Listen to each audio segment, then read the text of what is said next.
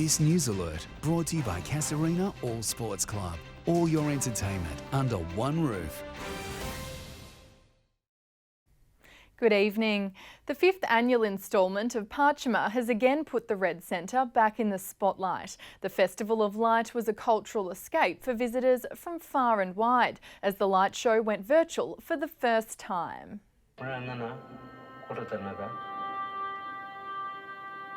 Parchima, it's where old meets new, all connected by art and culture. In Mobwantwa, Alice Springs, home of the Aranda people, their stories brought to life for the world to see. This is place. It is placemaking. This is Mobwantwa, Alice Springs. This is our country. Each installation holding a special meaning, the grass seed sphere symbolising harvesting techniques of the First Nations people. It also reinforces the story that we were the first astronomers, the first bakers, the first harvesters. The eggs are cool. Is that an emu? It's pretty amazing how we've got these ranges surrounding us. The whole backdrop against the rocks is quite cool. The 300-million-year-old canvas, the McDonald Rangers, stole the show once again.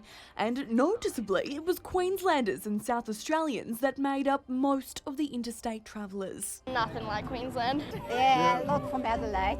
We even saw friends. They said, "What are you doing here?" And a few lucky overseas tourists that, of course, had done the appropriate quarantining. It's definitely better than Ireland at the moment anyway, so it's the best place to be. Either care safest.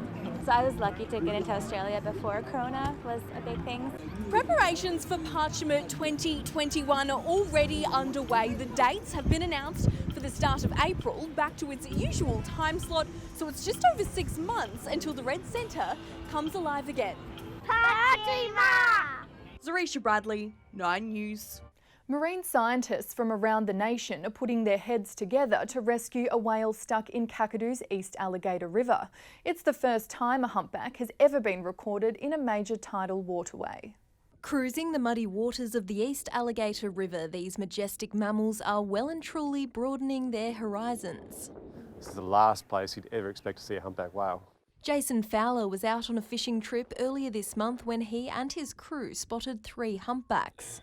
And I saw a big spout, big blow on the horizon. And I thought, geez, that's a big dolphin. And anyway, we sailed up closer and a big whale popped out of the water. Scientists say the whales entered the river on high tide and after checking in with boats and a chopper over the weekend, it's believed 1, if not 2 humpbacks, measuring around 15 metres, are stuck. It's the sandbars that are potentially are like a wall to them right now. The task to free Willie has now attracted national help. We're sort of breaking new ground here. It's not every day you get whales up a river. So we're asking a lot of different scientists and experts about what's the best way of doing this. It's hoped the whales will be able to swim out when next month's high tides hit. If not, it'll be all hands on deck. We'll work out whether we can have a number of boats lined up and banging the side of the boat because everything is so much louder underwater, and just see if we can actually force them out. The purpose of the whales' trip to Kakadu was migration. Ellie Conway, 9 News. Thank you for joining us. We'll have more news shortly.